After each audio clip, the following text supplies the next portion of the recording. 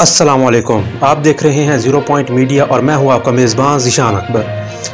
क्या कोविड-19 की जो वैक्सीन है वो हमारी सेहत के लिए बिल्कुल महफूज है? आज इसी वीडियो में हम इस चीज़ को डिस्कस करने जा रहे हैं।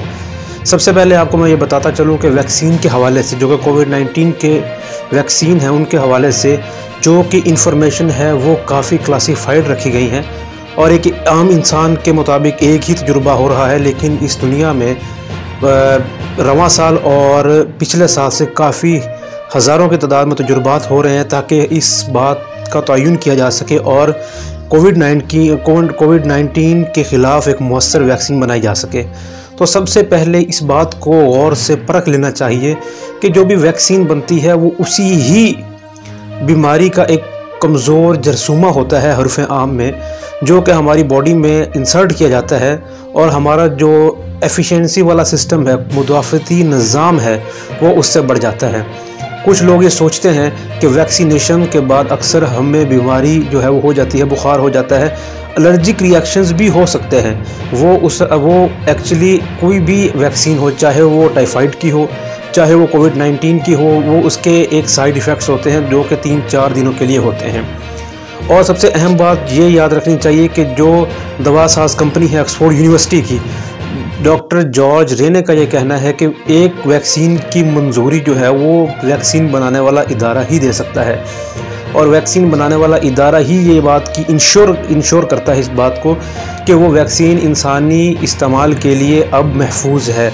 क्योंकि जब भी वैक्सीन बनाई जाती है, चाहे वो ख़ास बीमारी के लिए हो या आम बीमारी के लिए हो, वो सबसे पहले हम जो है जानवरों पर, जैसे कि मुर्गियों पर, चूज़ों पर जो है वो इस्तेमाल करते हैं। उसके बाद रज़ाकाराना तौर पर बंदों पर इस्तेमाल करते हैं।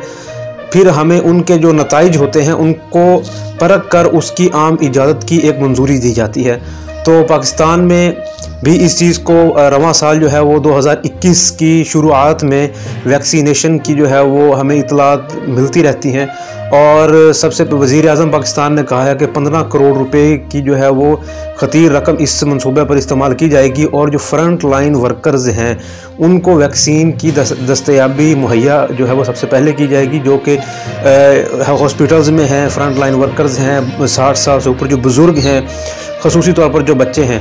और इसके अलावा दूसरी अहम बात कि ऑक्सफोर्ड यूनिवर्सिटी की जो दवा साज कंपनी है उनके जो चेयरमैन हैं डॉक्टर जॉर्ज रेने, उनका कहना है कि वैक्सीन हमेशा बीमारी से पहले लगाई जाती है या बीमारी जब ख़त्म हो जाए तब।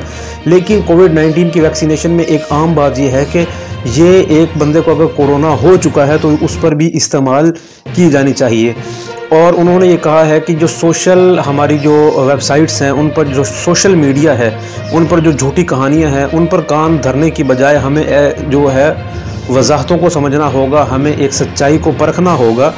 तो वैक्सीन में बेसिकली वही एक फार्मूला है जो एक कदीम दौर से चला आ रहा है कि उसी जो है वो जरसूमा, उसका कमज़ोर वीक जर्म उसका यूज़ किया जाता है। ख़ुसूसी तौर पर जैसे कि हम कोई भी ऐसा वायरल इन्फेक्शन होते हैं तो उनमें हम जो प्रोटीन है उसका कमज़ोर जीनोटाइप उसकी यूज़ करते हैं। तो उन्होंने कहा कि कोविड-19 की वैक्सीन में भी यही हो रहा है और उन्होंने कहा कि कोरोना की वैक्सीन आखिरी मराहिल से भी गुजर चुकी है। अब उसके जो तजुर्बात हैं, क्योंकि एक वैक्सीन जो है वो एक इंसान के लिए ख़तरनाक है या उसके लिए सही है, वो तजुर्बात पर इस बात का इन्हिसार होता है। वो अब बंदों पर तजुर्बात किए जा रहे हैं और रवां साल, अगले माली साल, रवां साल तो बहुत मुश्किल है, अगले माली साल में ये जो है इसकी सप्लाई की जाएगी और पाकिस्तान ने भी ऐलान किया है कि 15 करोड़ रुपए की रकम इस पर लगाई जाएगी।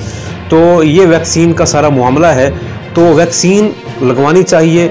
ये असल में इलिटरेसी है। देखा होगा कि आपने पोलियो के ख़िलाफ़ भी हमारी इस तरह के कुछ इसको जो करने वाले लोग हैं, इसके जो अगेंस्ट बातें करते हैं, वो इसको जहाद कहते हैं। हालांकि जो मेडिकल साइंस है इसने काफ़ी सारी ख़तरनाक बीमारियों को यूँ समझ लें कि उनकी रोकथाम कर दी है। देखा जाए तो बहुत सी आम बीमारियाँ जिनको हम टाइफाइड के नाम से जानते हैं, डेंगू के नाम से जानते हैं, गुज़श्ता सदियों में इन बीमारियों से भी काफ़ी हज़ार बंदों की जो है वो अमवात का ये बाइस बन जाती थी। तो अल्लाह जो है वो बहुत रहम है, अगर रहीम करीम है। अगर वो एक बीमारी है तो उसका इलाज भी ज़रूर होगा।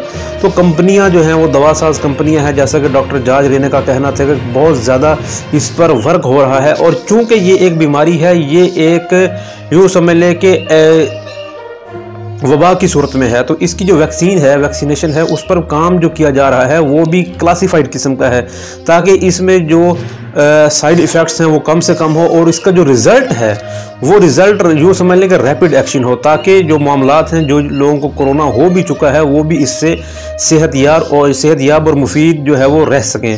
तो इंशाल्लाह मिलते हैं अगली ही वीडियो में। तब तक आप अपना और हमारी इस चैनल का ख्याल रखिएगा। अस्सलामु अलैकुम वरहमतुल्लाहि वबरकातुहू।